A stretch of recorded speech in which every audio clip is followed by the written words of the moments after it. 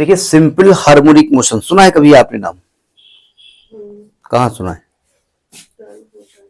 12th में सुना, 11th सुना होगा, खैर ठीक है 11 12th में था, 11th में था ये, उसी के बारे में बात करने जा रहे हैं। फिर बोले हाँ वो तो बातें वहां अगर बता दिया जाता है कि बीएससी में आएगा तो हम याद रखते, बोले तभी नहीं याद किया था। क्या होता है सिंपल हार्मोनिक मोशन? देखिए अगर कोई बॉडी मतलब यहाँ पर रखी हुई है ना, मतलब झूला आप झूले कभी पिक्चर में देखा होगा, झूला ऐसे नहीं झूले हो, ठीक है, ये झूला खड़ा हुआ है यानी पेंडुलम मान लो, सिंपल पेंडुलम ये खड़ा हुआ है। अब यहां से इस पेंडुलम को इधर लेके गए, हम लेके स्ट्रेट लाइन में जाएंगे, तो जैसे ये इसकी मेन पोजीशन है, ठीक। अब ये दूर जा रहा है, तो दूर जा रहा है तो उसकी डिस्प्लेसमेंट बढ़ती जा रही है, ठीक है। लेकिन क्या ये पार्टिकल की स्पीड बढ़ती जा रही है घटती जा रही है? घट रही है। क्यों घट रही है भाई? यानी उसके ऊपर एक अपोजिट डायरेक्शन में फोर्स लग रहा है जो इसको अपनी मीन पोजीशन में लाने का प्रयास करता है, ठीक। और ये फोर्स बढ़ते बढ़ते बढ़ते बढ़ते एक ऐसी सिचुएशन आती है जब पार्टिकल यहां पर एक अपनी मैक्सिमम पोजीशन पे आ जाता है जहां उसकी वेलोसिटी 0 हो जाती है और पार्टिकल दोबारा वापस लौट के आता है और फिर यहां आएगा, यहां पे रुक जाना चाहिए, लेकिन मजबूरी ये है कि ड्यू टू इनर्शिया उसके पास चूंकि मोशन है तो इनर्शिया की वजह से रुकता नहीं, फिर इधर चला जाता है और जैसे यहां बढ़ता है फिर एक फोर्स लगता है, फिर इधर लाता है। तो इस प्रकार से मीन पोजीशन के इधर उधर गति करता रहता है। ऐसे मोशन को हम सिंपल हार्मोनिक मोशन नहीं कहते, पीरियोडिक मोशन कहते हैं, पीरियोडिक मोशन कहते हैं। लेकिन अगर ये मोशन स्ट्रेट लाइन में हो, ठीक है, तो इसको कहते हैं सिंपल हार्मोनिक मोशन। आपको याद होगा जब सिंपल पेंडुलम का अगर आपने एक्सपेरिमेंट नहीं किया होगा तो यानी कि वहां पर क्या होता था, हम पेंडुलम को थोड़ा सा डिस्प्लेस करते थे, हम चाहते हो स्ट्रेट लाइन में हो, यानी ऐसा मोशन जो किसी एक पॉइंट के इधर उधर हो, ठीक है, और उस पर एक जो एक्सेलरेशन काम करे वो हमेशा मीन पोजीशन की तरफ उसकी डायरेक्शन रहे, ठीक है। तो जरा डेफिनेशन लिखिएगा। Suppose a particle move in a straight line, suppose a particle move in a straight line. देखिए ये बुक की लैंग्वेज है जो हम बोल रहे हैं, आप अपनी भाषा में बना के ले सकते हैं, लेकिन इतना ना बनाएं कि एग्जामिनर समझे तुम बना क्या रहे हो। अच्छा हमको बना रहे हो, अच्छा क्या लिख रहे हो? Suppose a particle move in a straight line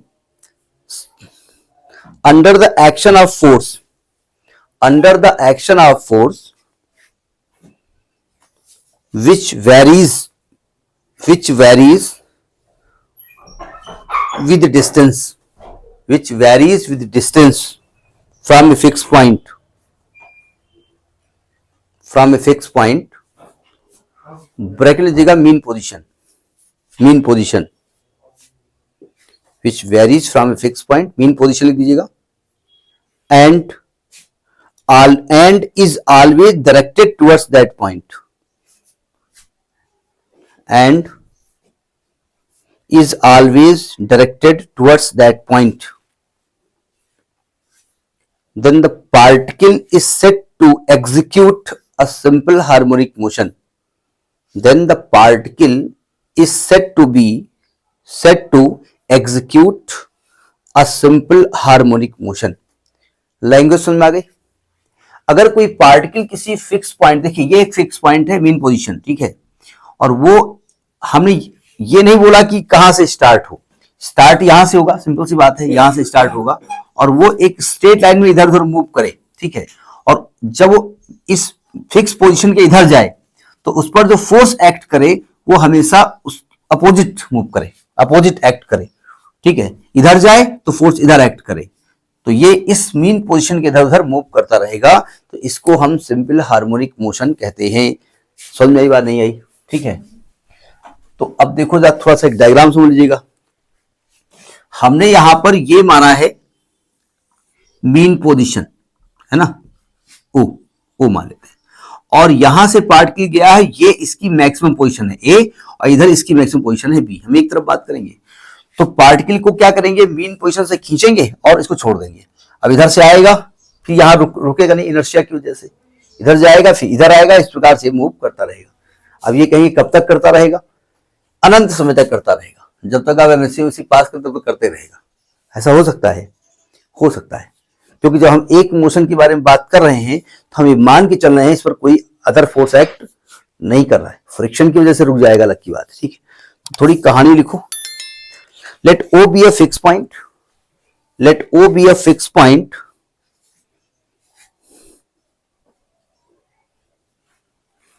और इसमें रास्ते में एक पी पॉइंट ले लो और यहां से इसकी डिस्टेंस ले लो एक्स, ठीक है। O be a fixed point and P be the position of the particle, P be the position of the particle of mass m at any time t.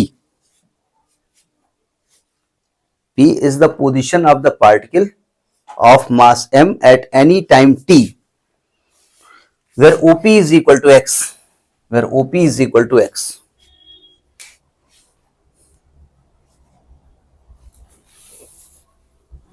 अब देखो, अब इस जब ये मूव करेगा तो यहां पर एक फोर्स एक्ट करेगा। फोर्स एक्सेलरेशन यहां पर क्या होगा, d2x बाई dt स्क्वायर। तो लिखिए the force acting on the particle at point P, the force acting on the particle at point P, at point P क्या होगा, देखो ma होता है ना, तो m d2x by dt square वो प्रोपोर्शनेट होता है x के, और चूंकि हमेशा बताया गया कि वो डिस्प्लेसमेंट के अपोजिट होता है इसलिए इसको हम माइनस लिखेंगे। m d2x by dt square is equal to minus k x. अब जानते हैं, सॉरी माइनस एक्स, क्यों, इसकी ये जो फोर्स की वैल्यू है वो हमेशा डिस्प्लेसमेंट के अपोजिट होती है, ठीक है। यानी जब हम यहां से m d2x by dt square लिखेंगे तो इक्वल टू एक कांस्टेंट लगाएंगे k, तो यहां से जब d2x बाई dt स्क्वायर, चूंकि हमने एसएचएम के मोशन के बारे में बात किया है, यानी हमको कुल मिलाकर के इस पार्टिकल की वेलोसिटी निकालनी है और पार्टिकल का डिस्प्लेसमेंट निकालना है, डिस्प्लेसमेंट इक्वेशन चाहिए कुल मिलाकर के, ठीक है। इज इक्वल टू माइनस के अपान एम एक्स। के अपान एम एक कॉन्स्टेंट है, इसको एक नया नाम दे दो म्यू, तो आ जाएगा d2x by dt square is equal to minus का म्यू एक्स। इक्वेशन में इसको डाल दो 1, यहां लिख दो where k is equal to mu upon m. अब एक बात ध्यान रखिएगा, कभी कभी कुछ बुक्स में वो पहले से कह देते हैं कि मास यूनिटी है, तो उससे m वहां पर उसका खत्म हो जाता है। यहां नोट करके लिखिएगा द नेगेटिव साइन इंडिकेट, देखिए आगे तो कांस्टेंट है, अरे क्या लिख रहा हूं, के अपान एम को म्यू लिखा है, k upon m is equal to mu. आप ये जानते हैं हम क्या लिख रहे हैं, यहां गलत हो गया था, ये नहीं कि नहीं गलत लिखा, बोलेगा अगर k is equal to mu upon m है, आप कहो के अपान एम म्यू है, आपने यहां गलत लिखा है। लिखिए negative sign indicate that acceleration is directed, acceleration is always directed towards O.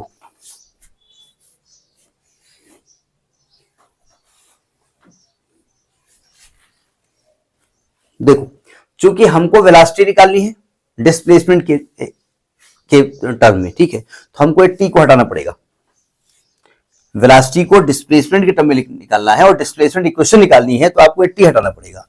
तो आप लिखेंगे equation 1 can be written as, इसको क्या लिखा जा सकता है, अगर टी हटाना चाहें तो क्या लिख सकते हैं, अभी बता चुके हैं आपको, हम बता चुके हैं कि जो d2x बाई dt स्क्वायर है उसको आप v dv बाई dx लिख सकते हैं, इज इक्वल टू माइनस का mu x.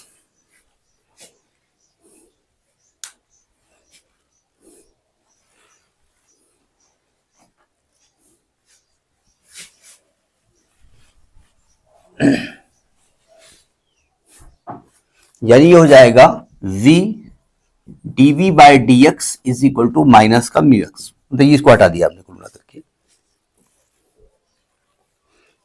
Integrating both the side, एक मिनट, dx को उधर ले जाएंगे आप, v dv बराबर माइनस का mu x dx, integrating both the side,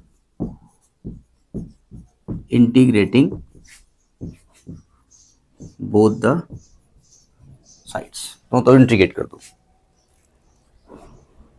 तो क्या आ जाएगा इसका आ जाएगा v square upon 2 is equal to minus mu square mu x square upon 2 plus, अब सुनो ध्यान से, कांस्टेंट लिखना है आपको, तो हम इसको 2 को गायब करना चाहते हैं, तो हम यहां पर c/2 लिखे दे रहे जानबूझ के, ठीक है, क्योंकि हम इस 2 को गायब करना चाहते हैं।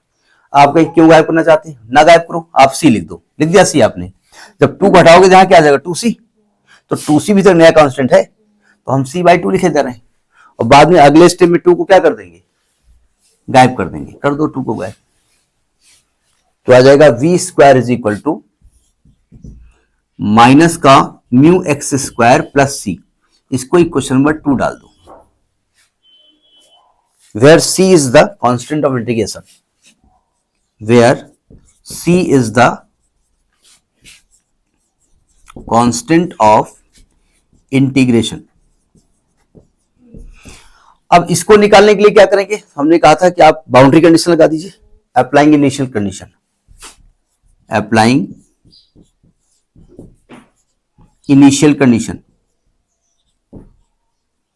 मतलब वो कंडीशन जो आपको मालूम है, आपको ये मालूम है जब पार्टिकल इस सिचुएशन में आ जाएगा तो यहां उसकी वेलोसिटी क्या हो जानी है, 0, ठीक है, और ये सिचुएशन आपकी मैक्सिमम डिस्प्लेसमेंट की सिचुएशन है, और मैक्सिमम डिस्प्लेसमेंट को फिजिक्स की भाषा में एम्पलीट्यूड कहा जाता है, और एम्पलीट्यूड को किससे इंडिकेट किया जाता है, स्मॉल ए से, तो आप लिखेंगे when x is equal to at a point पे हम लेते हैं, at a when x is equal to a बोले तो एम्पलीट्यूड, देन यहां जो वेलोसिटी हो जाएगी वो क्या हो जाएगी, 0। So by equation 2, so by equation 2 रखो यहां वेलोसिटी को 0, तो 0 is equal to minus mu a square plus c, तो यहां से सी की वैल्यू क्या निकलने वाली है, minus mu a square plus mu a square. Mathematically देख रहिएगा कहीं गलत ना हो। अब आप इस सी की वैल्यू उठाइए और इक्वेशन नंबर 2 में रख दीजिए, पुट सी, पुटिंग लिखो या पुट लिख दो, पुटिंग सी इन इक्वेशन 2, जो हम पुट कहते हैं तो हम ऑर्डर देते हैं, अब स्टूडेंट ऑर्डर तो करेगा नहीं, तो पुटिंग लिखेगा, ये हम कोई स्टूडेंट है, हम पुट लिख रहे हैं, जरा रखो इक्वेशन 2 में, तो वी गेट क्या मिलेगा आपको, v square is equal to minus का म्यू एक्स प्लस का म्यू ए स्क्वायर, ऐसा करते हैं म्यू कॉमन ले लेते हैं, तो ये आ जाएगा आपका ए स्क्वायर माइनस एक्स स्क्वायर, तो v की वैल्यू आ जाएगी। अब ध्यान से समझिएगा यहां पर, अब यहां पर प्लस लगाए या माइनस लगाए, तो होगा plus minus mu under root, mu constant है तो रूट म्यू लिख दो, a square minus x square, क्या बता रहा, जब रूट हटाओगे तो प्लस माइनस लगेगा ना,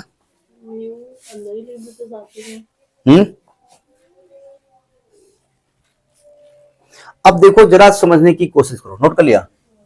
अब यहां एक लफड़ा है, हमारे मेथड में आपकी बुक के मेथड में दोनों में थोड़ा सा अंतर है, हमने थोड़ा शॉर्ट कर दिया, बोले वो तो अच्छा मेथड है, अगर आपने शॉर्ट किया तो उससे बढ़िया मेथड क्या हो सकता है। क्वेश्चन नंबर इसको डाल दो 3, सुनो ध्यान से, इन्होंने जो ये कांस्टेंट की वैल्यू यहां नहीं निकाली है, उन्होंने 2 केस लिए, एक केस में ए पॉइंट से पार्टिकल को चलाया है, एक केस में ओ पॉइंट से पार्टिकल को चलाया है।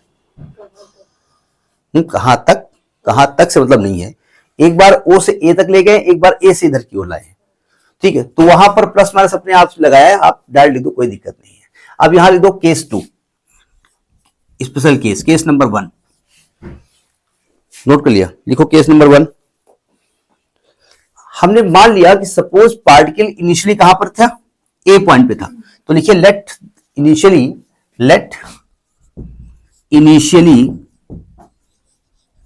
Particle is at a point पे था, देन द वेलोसिटी, अब हम यहां कंडीशन नहीं लगाएंगे, कंडीशन लगा चुके हैं, then the velocity is given by v बराबर under root mu under root a square minus x square.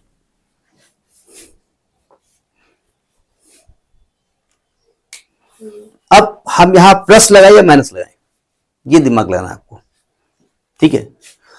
अब जरा देखिए ध्यान से, अब बड़ी सिंपल सी बात है, ऐसे देखें किताब में माइनस लगा तो माइनस लगाते नहीं, जबरदस्ती लॉजिक नहीं लगाएंगे आप। अगर वेलोसिटी एक्स की डिक्रीजिंग वैल्यू है, मतलब वेलोसिटी के साथ साथ एक्स डिक्रीज हो रहा है तो निगेटिव लेंगे, अगर इंक्रीज हो रहा है तो पॉजिटिव लेंगे।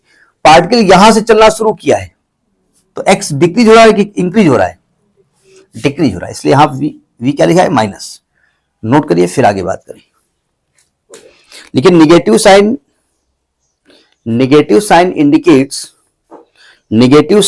इंडिकेट या ऐसा लिखिए, हाँ लिख दो, ठीक है, इंडिकेट ना लिखिएगा, ये ना लिखिए, इंडिकेट थोड़ी हो तो हमने अपने आप लगाया ना, लिखो here velocity is negative, here velocity is taken negative because it is towards O, the particle is coming towards O, means in the direction of x decreasing,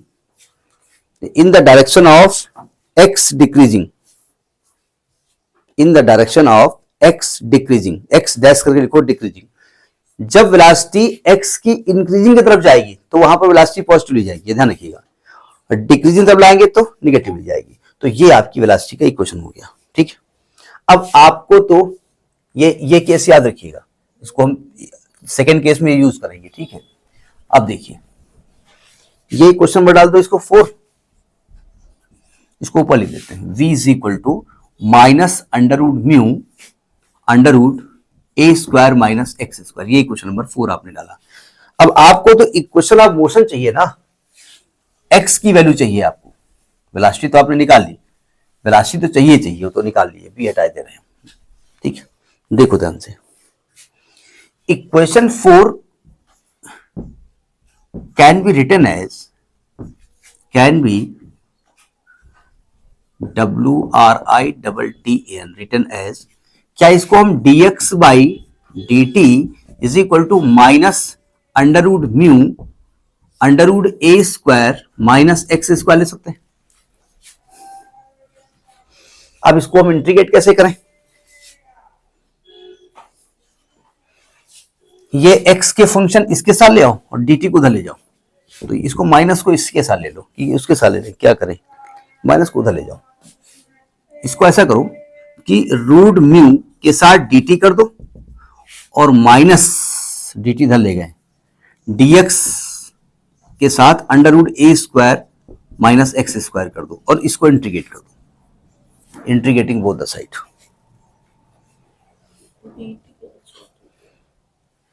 integrate करो तो रूट म्यू डी टी का integral क्या आ जाएगा, root mu और D T का T हो जाएगा, है, हाँ तो लिख दो, टी तो रहेगा ना, 0 3 हो जाएगा। इसका इंटीग्रेशन क्या होगा, minus 1 upon root a square minus x square, है,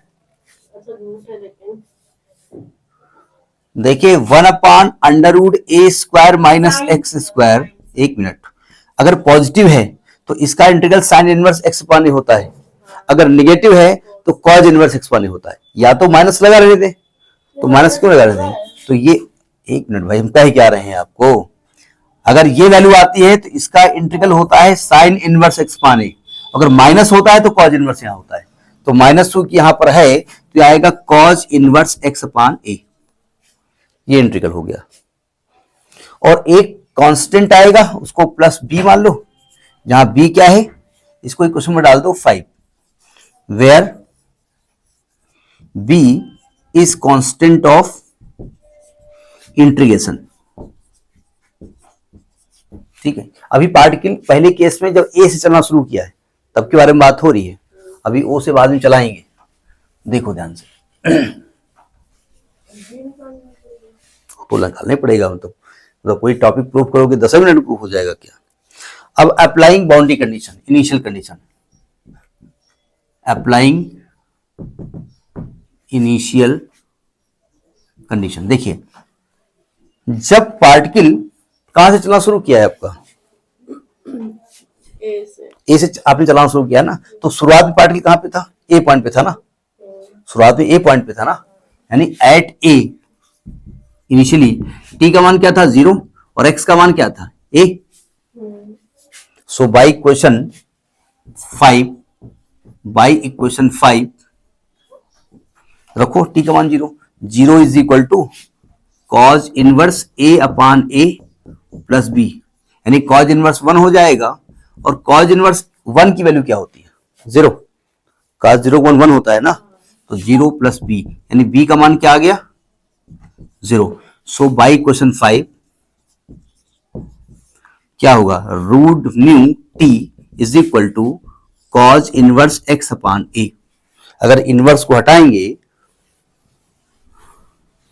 तो ये हो जाएगा आपका x upon a is equal to cos mu t, तो x is equal to a cos mu t. यही आपकी एसएसएम की इक्वेशन ऑफ मोशन है।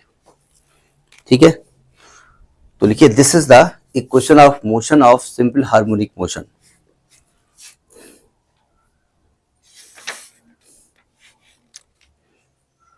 ठीक है, अब दूसरे केस में पार्टिकल ओ से चलना शुरू करेगा, रब करें तो लिखिए केस नंबर 2,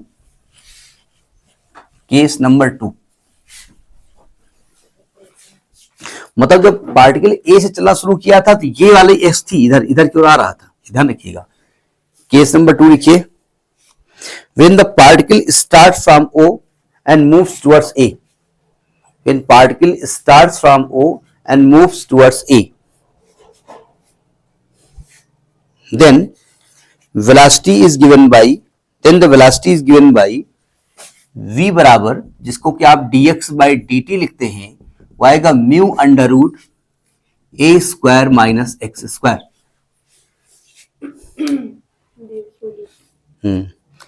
वेलोसिटी को पॉजिटिव क्यों लिया, देखो वो एक अलग की बात है कि दूर जाते जाते वेलोसिटी कम हो रही है। वेलोसिटी जो आपने लिया है वो चूंकि एक्स इंक्रीजिंग डायरेक्शन में, इसलिए पॉजिटिव लिया गया है। ठीक है, क्योंकि वेलोसिटी यहां पर किसका फंक्शन है, एक्स का फंक्शन है, वेलोसिटी एक्स का फंक्शन है। तो यहां लिख दीजिएगा the velocity is positive because the motion of the particle is towards A,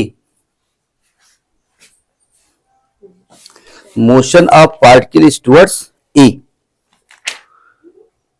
means x increasing, means in the direction x increasing, तो ये पॉजिटिव हो गया। ठीक है, अब जैसे बुक में इन्होंने अलग जो हमने कांस्टेंट ऑफ इंटीग्रेशन निकाला था, कांस्टेंट इंटीग्रेशन, उसको निकाल करके प्लस माइनस लिखा है, हमने डायरेक्ट कर दिया है, कब प्लस लेना कब माइनस लेना। इसको इक्वेशन नंबर डाल दो 6। देखो ये एक इक्वेशन नंबर 6 है, तो बाई इक्वेशन 6 देखो इसको हम ऐसे कर दे dx upon under root a square minus x square is equal to mu dt, कोई दिक्कत। अब आप दोनों तो इसको इंटीग्रेट कर दो, तो उधर का इंटीग्रल क्या हो जाएगा म्यू टी, इसका हो जाएगा आपका sign inverse x upon a plus constant के मान लो, अब के मान चुके हैं, कितने कांस्टेंट माने, एम मान लो,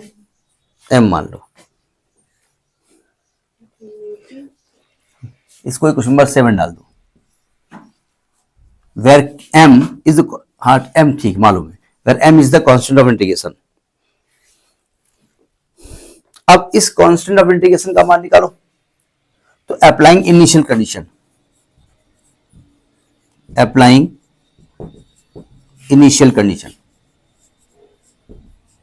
देखिए शुरुआत में पार्टिकल कहां से शुरू हुआ चलना, पार्टिकल चलना कहां से शुरू किया, ओ से शुरू किया ना, यानी हम कह सकते हैं कि एट ओ टी का मान 0 है तो एक्स का मान भी 0 है। भाई पार्टिकल इधर से चला था तो ये एक्स बढ़ रहा था, इधर चला तो ये एक्स बढ़ रहा है, तो इसका मतलब इक्वेशन नंबर 6 में रखो वैल्यू 7 में, सो बाय इक्वेशन 7, t का मान रखो x0, x का मान रखो 0, तो यहां तो 0 आ जाएगा और साइन इनवर्स 0 का मान 0 हो जाएगा, तो m बराबर क्या हो जाएगा 0. So equation 7 can be written as, क्या हो जाएगा म्यूट, ये रूट म्यू था ना, ये रूट कर दीजिए, रूट म्यू टी, क्यों रूट लगा था ना म्यू के ऊपर, is equal to sine inverse x upon a, यानी हो जाएगा x अपान ए बराबर साइन रूट म्यू टी, तो x बराबर a sine root mu t. तो ये आपका इक्वेशन ऑफ मोशन हो गया. ठीक है, तो लिखिए this is also the equation of motion of SHM. This is also the equation of motion of SHM. आपको याद हो क्लास 11th में हमने इक्वेशन ऑफ मोशन में x बराबर a साइन ओमेगा टी पढ़ा था और a कॉस ओमेगा टी पढ़ा था, ये ध्यान रखिएगा, दोनों केस पढ़ाई थी हमने. जब यहां पढ़ा था तो जब t बराबर 0 था तो x का मान 0 था, यानी पार्टिकल यहां से चलना शुरू किया था. जब यहां t को 0 किया था तो x बराबर a था, तो पार्टिकल यहां से चलना शुरू किया था. याद है क्लास 11th में हमने वहां पर हम वहां जा नहीं रहे हैं, हमने एक टॉपिक पढ़ा होगा आपने, हमने तो नहीं पढ़ाया आपको, कि जब पार्टिकल किसी सर्कुलर मोशन में चल रहा था तो उसके किसी पॉइंट से इस डायमीटर पर डाले गए परपेंडिकुलर का जो फुट था, ये डिस्प्लेसमेंट था ना. तो इसका एक इक्वेशन था y बराबर a साइन ओमेगा टी, एक था a कॉस ओमेगा टी. जब स्टार्टिंग हम t बराबर 0 यहां रखेंगे इनिशियली, तो x का मान 0 आएगा, यानी पार्टिकल यहां चलना शुरू कर रहा है. और यहां जब t का मान 0 करेंगे तो x का मान a आएगा, यानी पार्टिकल यहां चलना शुरू कर रहा है. तो दोनों केसेस आपको क्लास 11th में फिजिक्स में पढ़ाए गए होंगे. बोले वहां की बातें ना करो, यहीं की बातें करो. ठीक, तो ये आपका एक टॉपिक है, नोट करिए इसको.